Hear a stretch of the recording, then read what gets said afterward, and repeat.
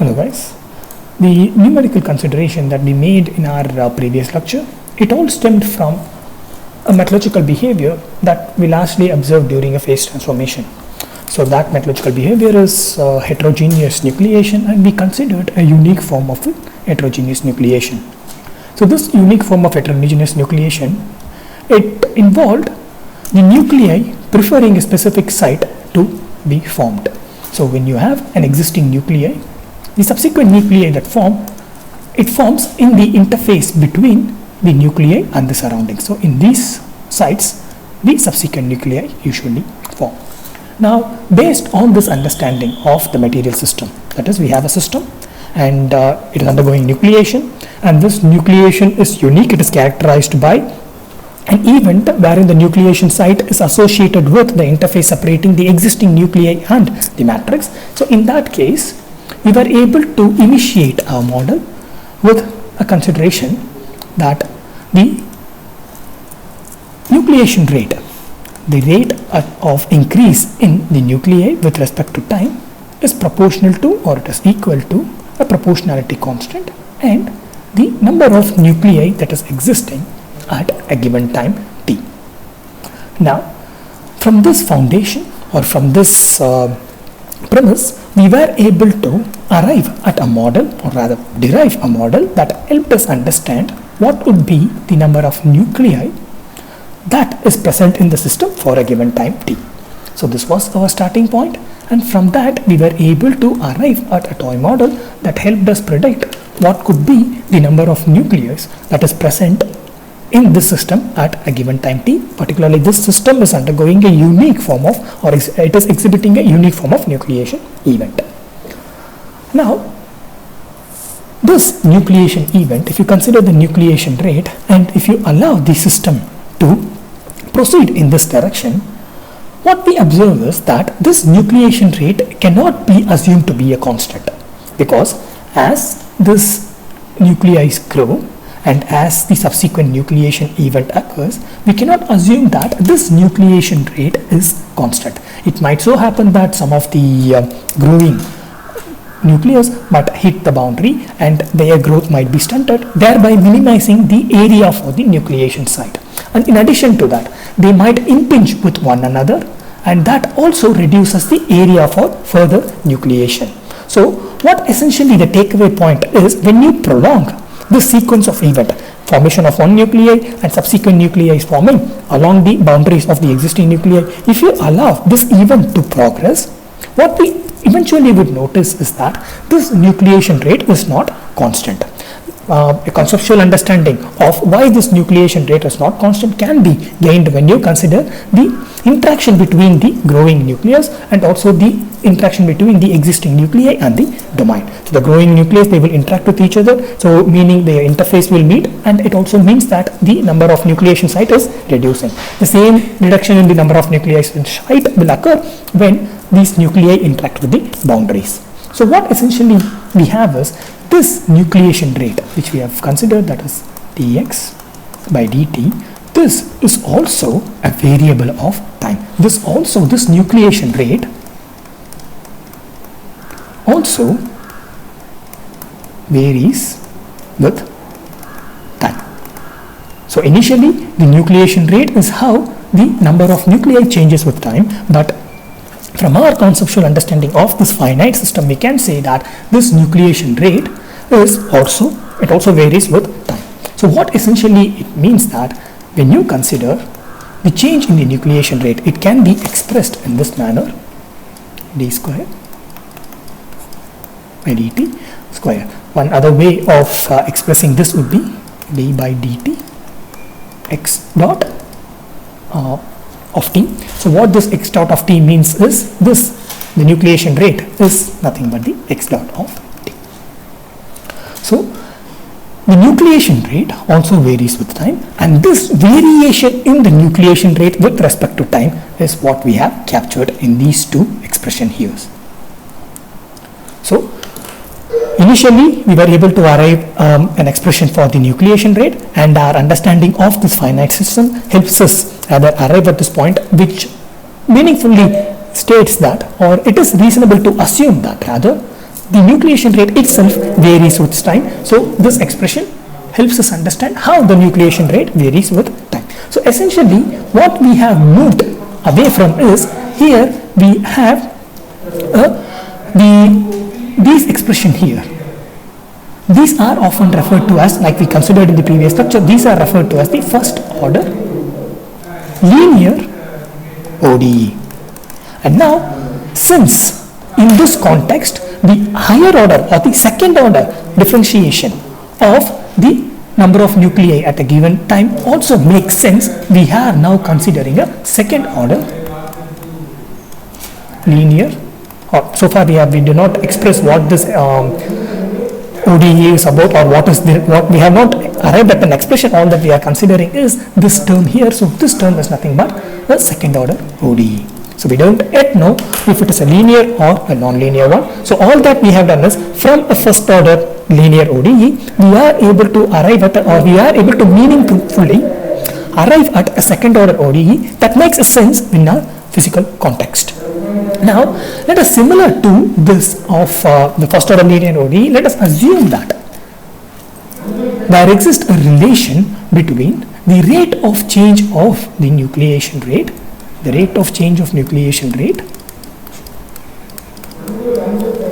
with, it is dependent on, it is proportional to the number of nuclei that is present at a given time. Similar to the nucleation rate, let us assume that this rate of change of nucleation rate is proportional to the number of nuclei that is present at a given time t, but here the proportionality constant is quite different. Let us assume it to be k bar, and there is a negative sign associated with it.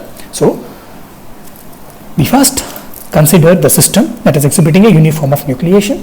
From that system, a conceptual understanding of it, we arrived at a second order ODE which makes a physical significance to us. We are not considering an abstract ODE, we are considering a second order ODE that is of some physical significance to us. Now, as a starting point, we are assuming that this rate of change of nucleation rate, the change in the nucleation rate with time, is dependent on the number of nuclei that is present in the system, and it is proportional to the number of nuclei that is present in the system, and the constant of proportionality is minus k bar. Now what we essentially have is, we have a first order linear ODE and a second order linear ODE. The first order linear ODE, it talks about just the nucleation rate, which is equal to k, the proportionality constant, or rather x of t. Now secondly, we have a rate of change of the nucleation rate, d square, which is equal to the proportionality constant and the number of nuclei at a given time t.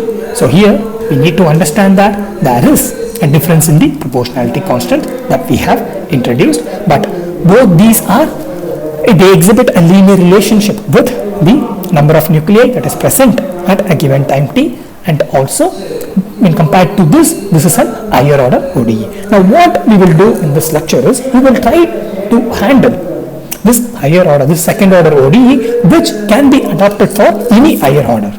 So the primary intention of this particular premise is, or introducing this particular premise is, we will be considering an approach that we have seen in our previous lecture, that is, we will be considering the power series expansion to handle this second order ODE, second order linear ODE, and this can be extended to any higher orders. So that is essentially what we will be doing in this lecture. So in order to do so, let us begin by considering or expanding the known function, that is, or expanding the function x of t, which is the number of nuclei that is present in a given system at t. So this can be expressed as c0, c1x, c2x square, c3 x cube, c4 x power 4, and so on and so forth. So this is power series, or infinite power series expansion. Now let us consider the product of the proportionality constant that is associated with the nucleation rate. So when you do that, you will end up with kc0 plus c1x. Rather, I made rather a crucial mistake here, because the fundamental variable is not x but it's rather t. So therefore it should be t everywhere. So t square, t cube, and when you multiply it with k, you end up having this kc1 t kc2 t square, and so on and so forth.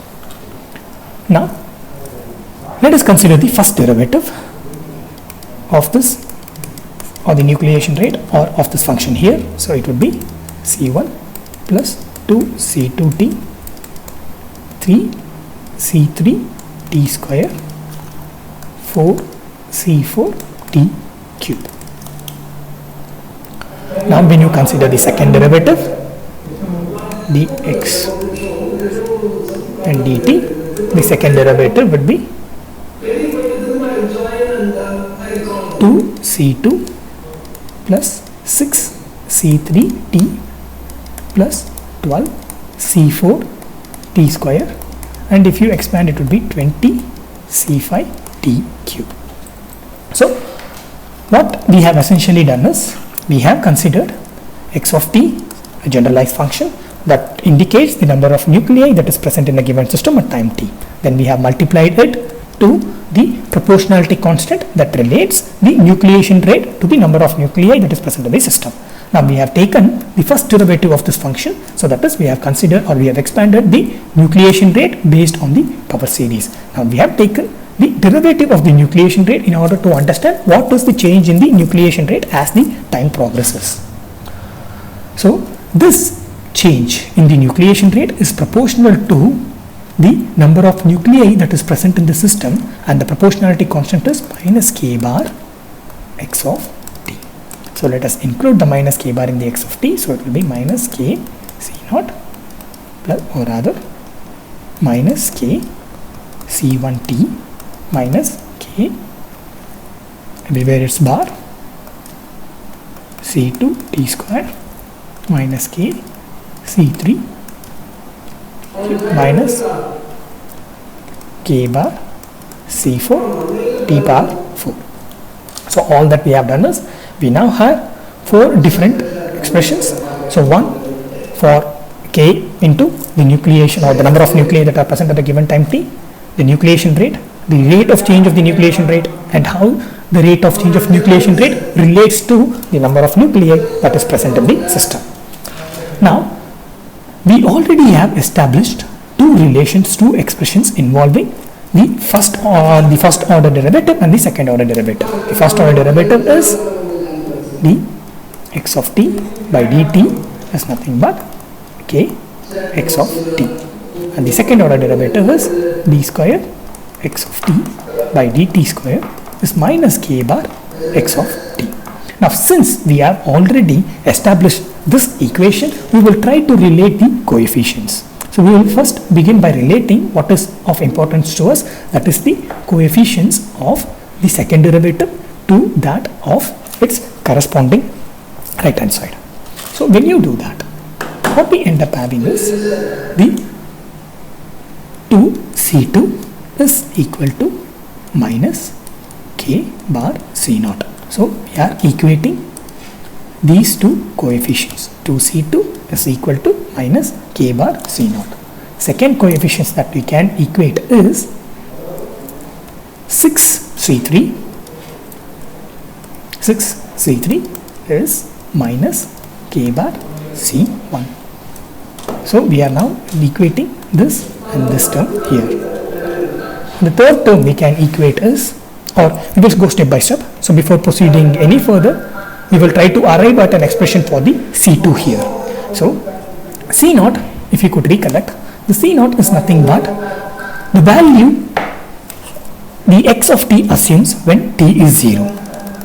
The C0 is nothing but the value x of t assumes at when t is 0. So what it essentially means is that at the initial stage, what is the number of nuclei that are present. So that means the C0 is the initial condition, which is x of t 0, and it is nothing, it can be treated as x0.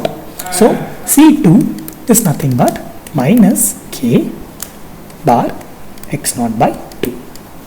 So we now have an expression for one of the coefficient that is associated with the second derivative of the number of nuclei that is present in a system. Now let us relate the other coefficient. Let us relate these two coefficients. So now 6C3 from these two relations is equal to minus k bar C1. 6C3 is equal to minus k bar C1. Now even though we already have arrived at, we already know what C0 is, C0 is, we don't know what C1 is. So in order to find what C1 is, we need to go for this expression here. So in order to know what C1 is, unlike C0, which we can rather establish or which we can equate to the initial condition, we so far don't know what C1 is. So therefore we need to go for this nucleation rate expression. So in order to do that, we need to relate these two terms here. We need to equate these two terms here. And when you equate these two relations, then the C1 is equal to K C0. So we are relating these two. So therefore C1 is equal to K and C0, and C0 is nothing but the X0. So K X0. So what we end up having is the C1 is nothing but K X0. So therefore C3 would be 1 by 6 of minus K bar K and X0. So what essentially we have done is replaced C1 with K X0 and then brought the 6 down. Now when you compare this relation here to that of our first equation, so let us compare this term here K X0 to that of our first relation. Now when you substitute X0 here, when you substitute in the place of x of t, when you consider this derivative, that is d x of t dt at t is equal to 0, what we end up having is K of X0.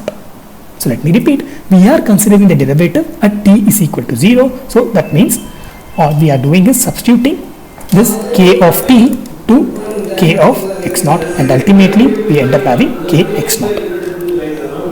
So when you consider the derivative at t0, you end up having this relation here. Now at t is 0, x of t is nothing but X0. So therefore x of t at t0 is X0. So therefore this can be written as d of X0 by dt is equal to K X0. And ultimately in shorter form this can be written as X0 dot. So ultimately what we end up having is minus K bar by 6 X0 bar. So C3 is minus K bar by 6 X0 dot. So this dot is nothing but the derivative or the nucleation rate when t is 0. This X0 dot is nothing but the nucleation rate at the initial condition. So now we have a value for C3. We have a value for C2. We know what C1 is as well. So we know what C1 is. We know what C2 is, and we know what C0 is.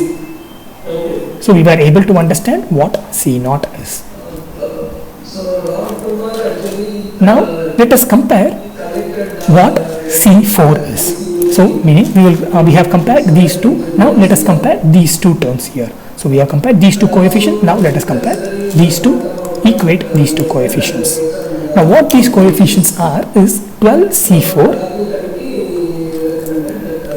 So 12C4 is equal to, we are comparing these two, so it's minus K bar C2. Minus K bar C2. So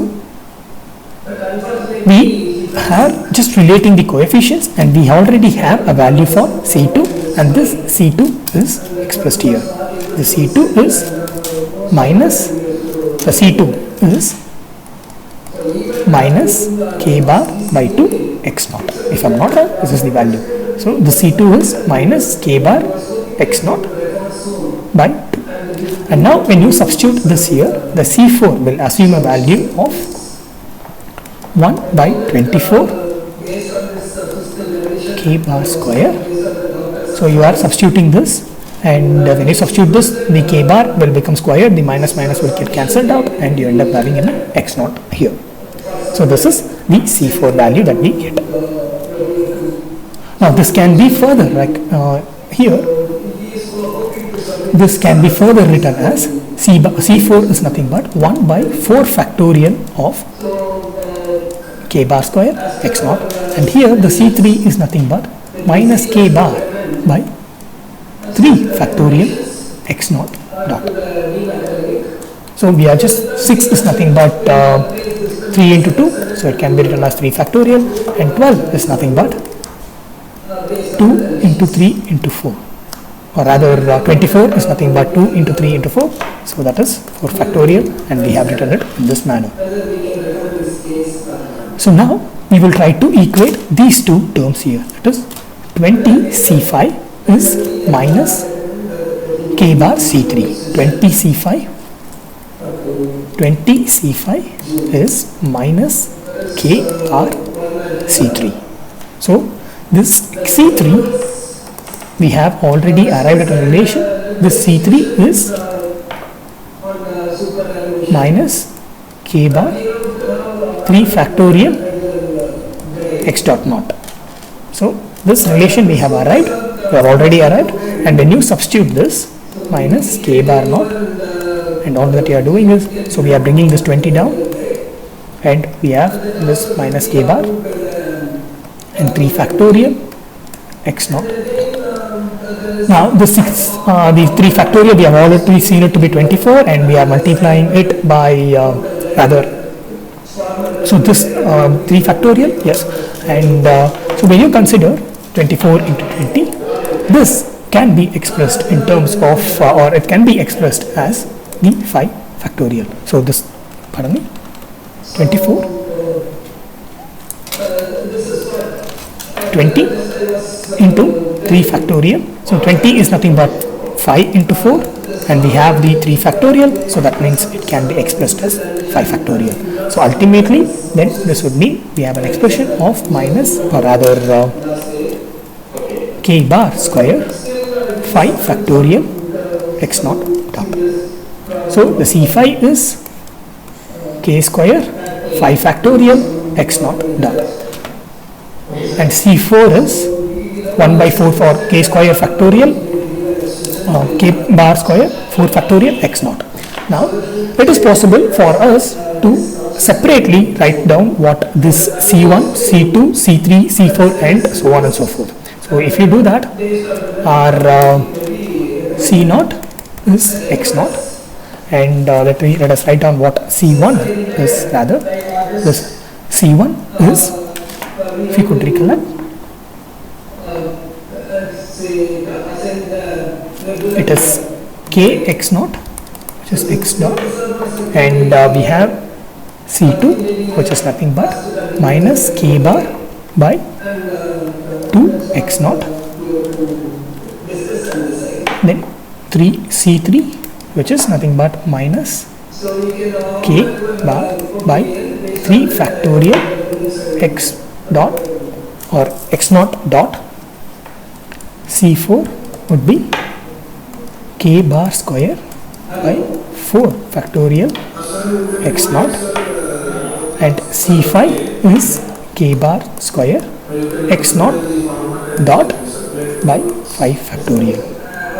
Now what essentially we have done is, we have considered the nucleation rate and the change in the nucleation rate with respect to time, and then from those relation we are now able to arrive at the different coefficients. That is, starting from C0, we have now estimated a coefficient up to C5.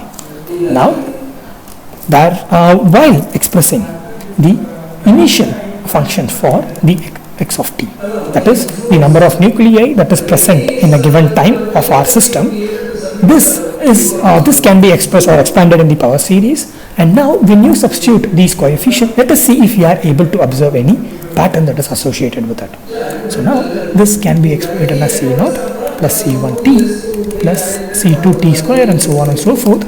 So for T0, let us substitute the value x0. The C1 is, from this it is x0 dot, the first derivative of the nucleation rate with respect to t. And the C2 is minus k bar by 2 x naught, and so this is t square, and C3 is minus k bar by 3 factorial x naught dot t cube. Now the fourth term is k bar square 4 factorial x naught t power 4, and the final term is k bar x square 5 factorial x naught dot t power 5, and so on and so forth. Now the coefficients that we estimated from the nucleation rate and the change in the nucleation rate, we have used that to describe the ultimate expression that we are interested in. The ultimate model that we want to derive should tell us what is the number of nuclei that is present in the system when you have a unique form of a nucleation that is governed by, on the nucleation rate that is governed by a proportionality constant k and the number of nuclei that is present in the system.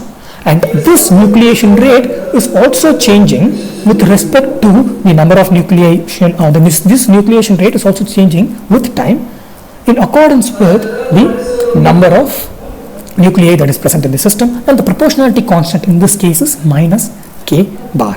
And when you consider all these three different expressions, one is the function for the nucleation or the number of nuclei that is present in the system, second is the expression for the nucleation rate, third is the expression for how this nucleation rate changes with time.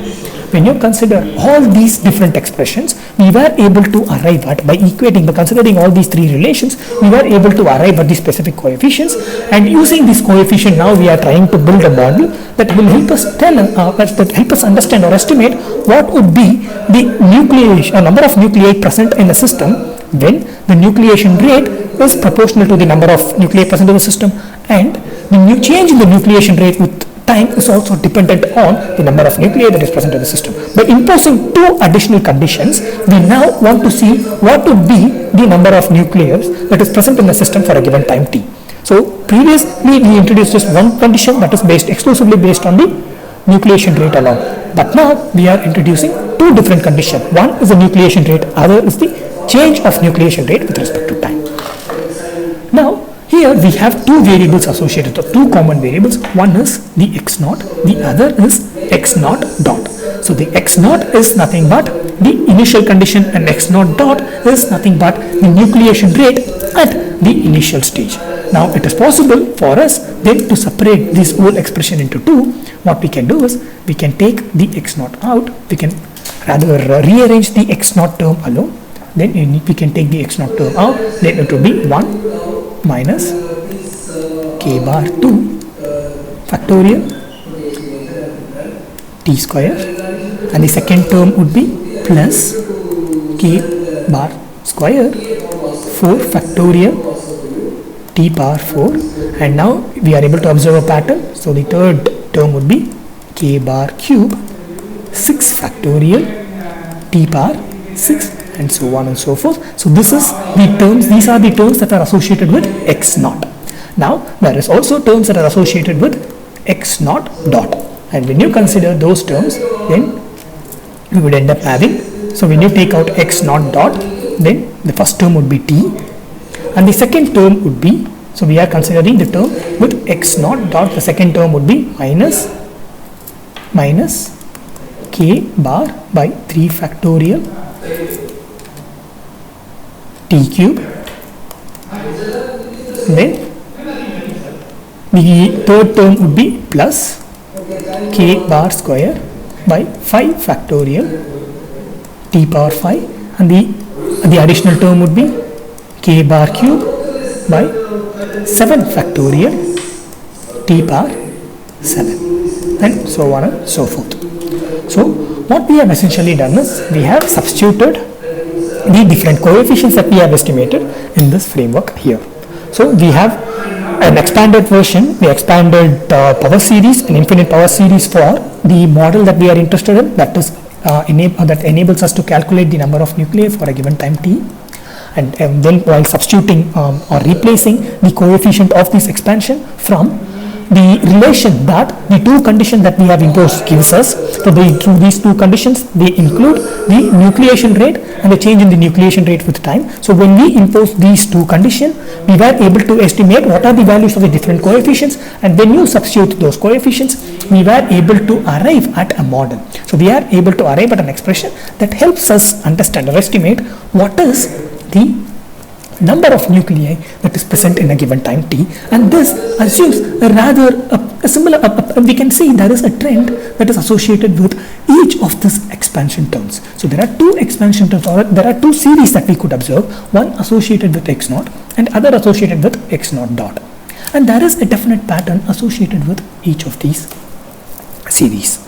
Now we can leave it as it is, and when you substitute the corresponding t value in each of these series, then you will be able to understand what is the number of nuclei that is present at a given time t. So this in itself is a model that would help us understand what is the number of nucleus that is present in a given time t when your nucleation rate is dependent on the number of nuclei that is present at a given time t, and secondly, the nucleation rate is the change in the nucleation rate with time is also proportional to the number of nuclei that is present, but the proportionality constant is minus k bar, and there it is k.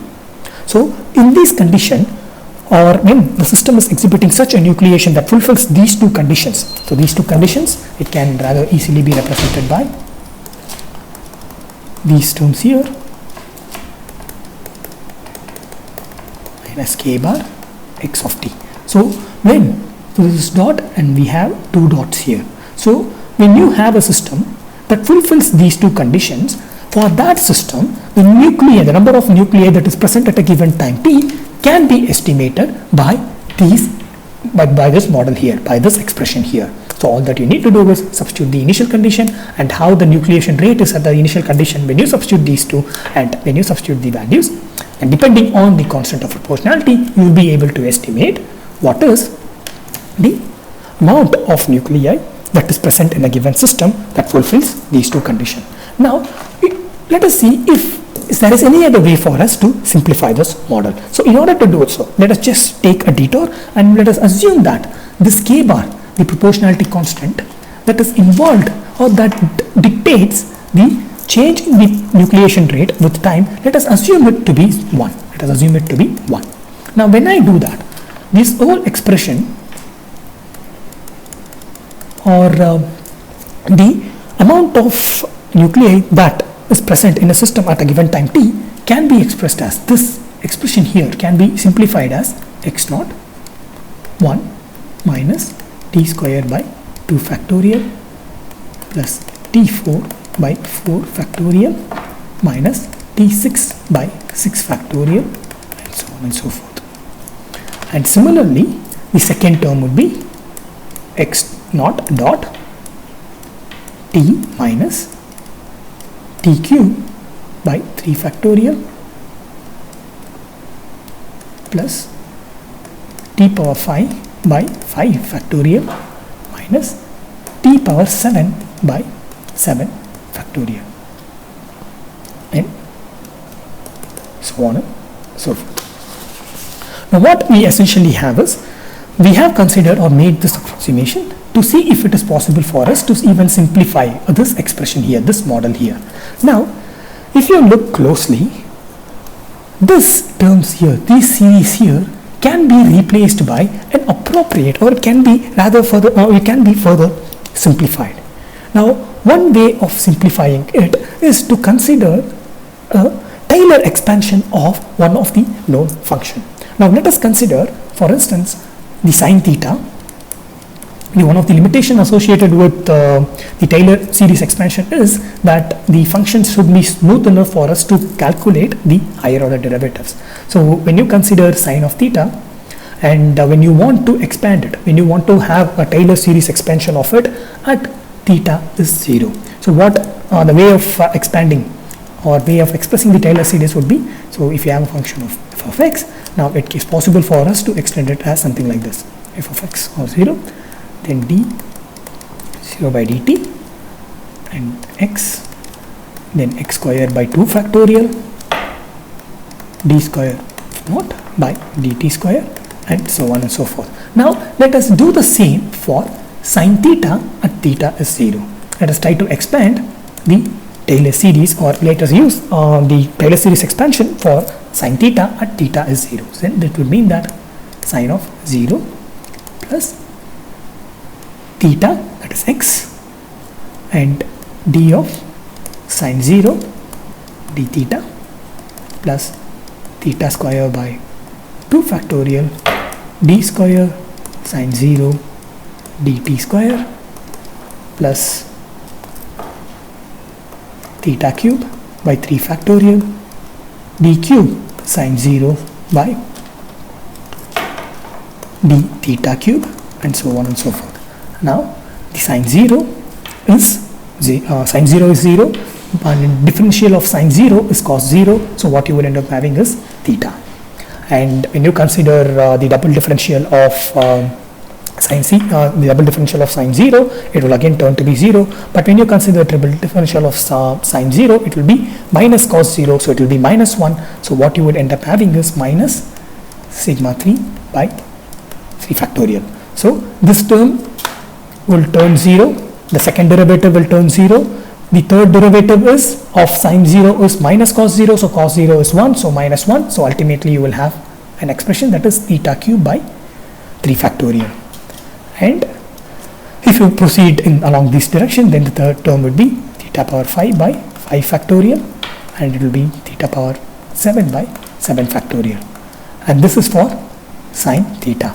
Now when you replace the sine theta with t, when you consider sine t, it will be t minus t cube by 3 factorial plus t power 5 by 5 factorial minus t power 7 by 7 factorial. So all that we are doing is just replacing the theta variable with t.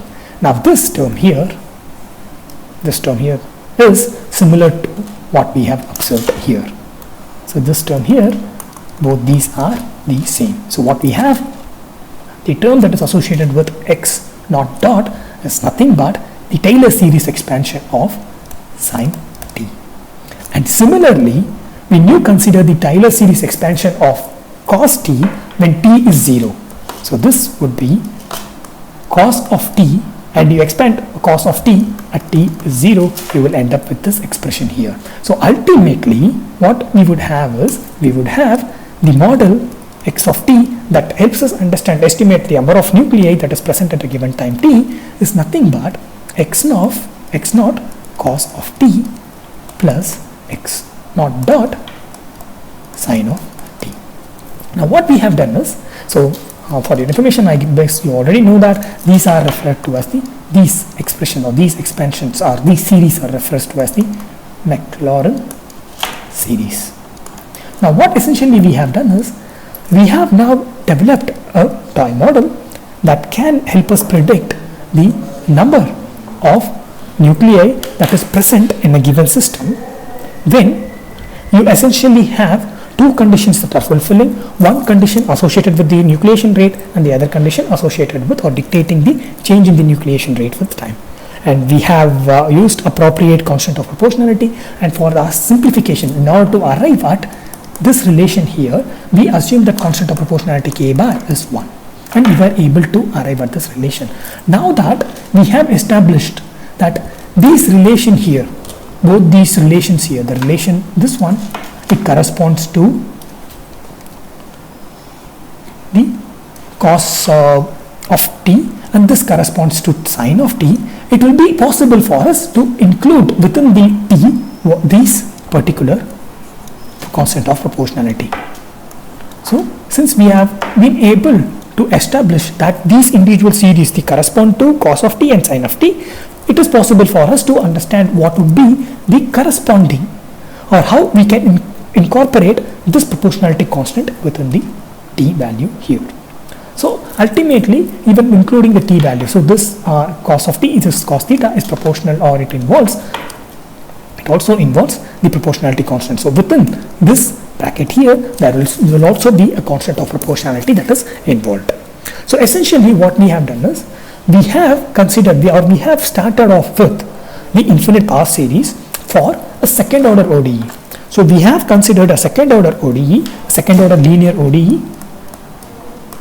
linear ODE, and we have handled the second order linear ODE along with the first order linear ODE in an infinite power series scheme, and we were able to arrive at an expression, or we were able to arrive at a model that now, similar to the first order ODE, helps us understand what is the number of nuclei that is present in a given system. So that we were able to understand, or we were able to derive this model by considering or by using the infinite power series. And one critical aspect that helped us simplify this expression was the Taylor series expansion of the sine and cos theta. So we observed, as it is the power series or the power series approach, it helped us arrive at these two expressions that had huge converging series. So we just had huge converging series, but we didn't know how to simplify it. But by considering the nature of this converging series, we were able to identify that these converging series can be arrived from the Taylor series expansion of the sine and cos theta, and we ultimately end up with this model here.